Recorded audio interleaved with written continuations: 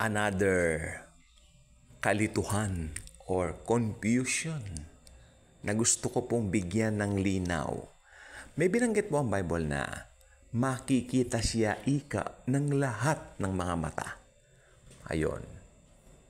May nagtanong nga naman sa akin, ano yung ibig sabihin makikita siya ng lahat ng mata? Ibig sabihin ba, bigla ang darating siya itong panahon na ito? O ayan na po ang sinasabi ko. Mahilig tayong, mahilig tayong magsabi ng mga verses, ganon-ganon, without explaining it to them. At yan po ang delikado. Diyan nagkakaroon ng kalituhan at mga bagay na gumugulo sa isipan ng mga tao.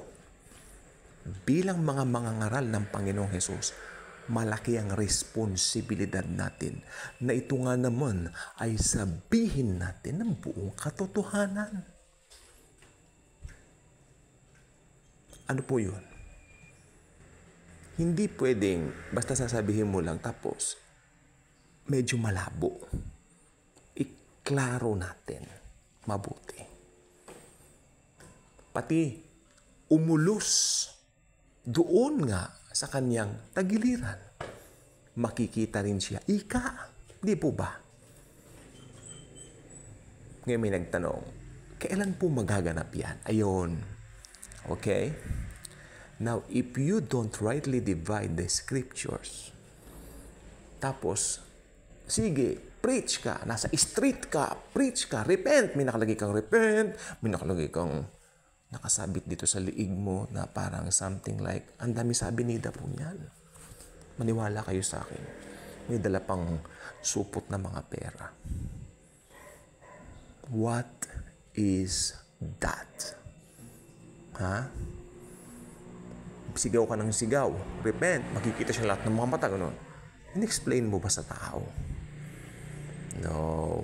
Hindi. Definitely hindi. Kasi hindi ako tatanungin ng mga ibang kakilala ko kung hindi. Kung in-explain mabuti sa kanila. Hindi po ba? Okay. Makikita siya lahat naman. Listen to this. This is a matter of life and death. This is very important. Okay. Yung rapture po, yan po ang hinihintay nating event. Anytime it will take place. Inevitable po yan. Amen? Pero, walang nakakaalam. Yung second coming, madali pong malaman. Kasi pag nag-rapture, bilang ka ng 7 taon, that's it. Second coming na. Pero yung rapture, ayan yung sinabi niya, walang nakakaalam. Marami pa nga nalito dyan eh. Kasi sabi nila, even si Jesus Christ hindi alam. Ay, syempre si Jesus Christ, nagpakababa siya noon. At nasa state siya noon bilang tao. Then right now, syempre, nag-restore na yung kanyang pagka-Diyos. Alam niya na yun. Siya yung darating, di niya alam. Ano ba yan? Okay. Ito pong gusto kong sabihin. Anytime now, we are waiting for the rapture. Ang rapture po, mangyayari yan biglaan. Mawawala tayong mga believers dito sa mundong ibabaw na ito. Amen? Pero ang tanong, nakita ba ng mga mata si Jesus? Nakita ba siya ng mga naiwan? Nope. Hindi. Amen? So, hindi rapture yon. Yung sinasabing makikita siya ng lahat ng mata, even nga yaong ika umulos sa kanyang tagiliran. Makikita rin siya. Di ba? Maski nung umulos doon sa kanyang tagiliran. Pero, hindi yun sa rapture. Kailan ngayon yun? Exciting. And then, okay, balik tayo. Na-rapture ng church. Ayun na. Nagkagulo na rito, nagka-turmoil, nagkaroon na ng kung ano-anong pagkalito ang mga tao. Ngayon, merong isang taong lilitaw. Marunong ito magpaliwanag. Sasabihin ng taong ito, kinuha sila ng mga alien. Yun. Ang taong ito ay head ng UN. Taga-Europe siya. Taga-Revive Roman Empire. May idea na kayo kung sino? Tinatawag siyang the man of lawlessness, the man of sin, the man of perdition. the Antichrist himself. Ngayon, dahil yung pagkaka-rapture sa iglesia o sa church sa atin, mga mananampalataya ng Panginoong Hesukristo, yung mga maiiwan dito ng mga believers, clueless. They don't know what happened. Bakit nawala yung mga mahal nila sa buhay ng mga believers ni Jesus Christ? Hindi nila alam yan dahil, yes, hindi sila believers ni Lord Jesus. So, ang Antikristo, magkikipag-peace treaty na ngayon sa Jerusalem, magiging pinakakarismatikong tao sa buong mundo. Gwapo, charismatic, mahinahon magsalita yan, maamo. Pero lahat nangyari panlilinlan lang. Sapagkat makukuha niya ang popularity na hindi pa na-achieve ng kahit na sinong tao sa buong sangkalupaan. Ang pinakasikat ngayon na singer sa buong mundo ay si Taylor Swift. Pero walang binatbat ang kasikatan ni Taylor Swift dito sa kaming Antichrist. Eto, makinig kayong mabuti sa akin. Importante to. Pagsamahin mo man ang kasikatan ni Elvis Presley ng The Beatles, Madonna, name all the singers na sumikat. Ito nga, Taylor Swift. Pagsamahin mo combined, wala pa po yan sa 3% ng kasikatang tatamuhin ng Antikristo. Bakit ko po yan nasabi?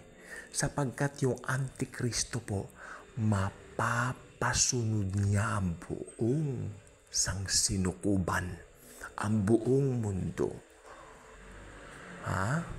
At magdi-demand ito ng worship. Kita po ninyo, maraming sasamba sa kanya. Why? Dahil meron siyang gagawin na taktika upang malaman kung sino yung mga magiging tapat o hindi nga naman tapat sa kanya.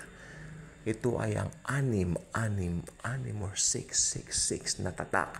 Isa po itong microchips na ilalagay sa mga kamay during that time. I-inject lang po yun, mga kapatid ko at mga kababayan ko kay Kristo.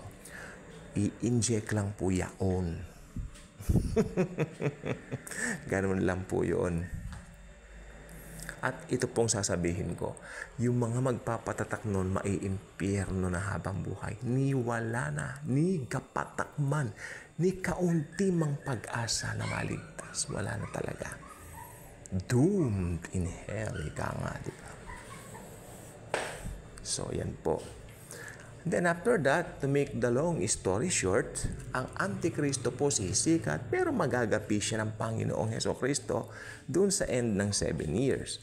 Diba? Alam naman natin, doon sa kalagitnaan ng 7 years na yan, 3.5 years, ipapahinto niya na yung mga sacrifices dito sa temple na mismong siya rin naman nagpa-build.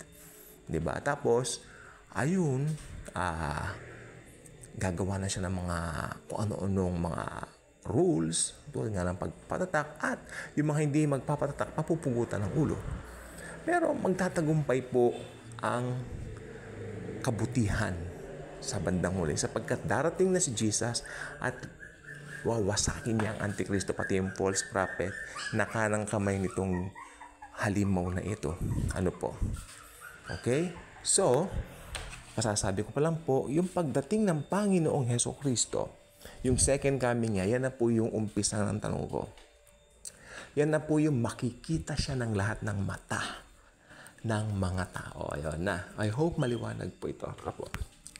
Kasi para wala pong kalituhan. So sa second coming po pala yun, makikita siya ng lahat ng mga mata, maski nga naman nga iyaong umulo sa kanya.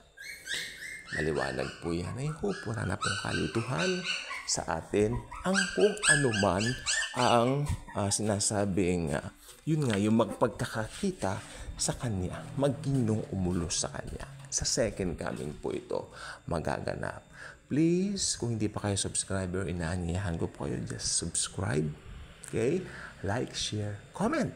I need your comments. Malaman ko what's going on in your mind. Christ. And Jesus truly loves us all.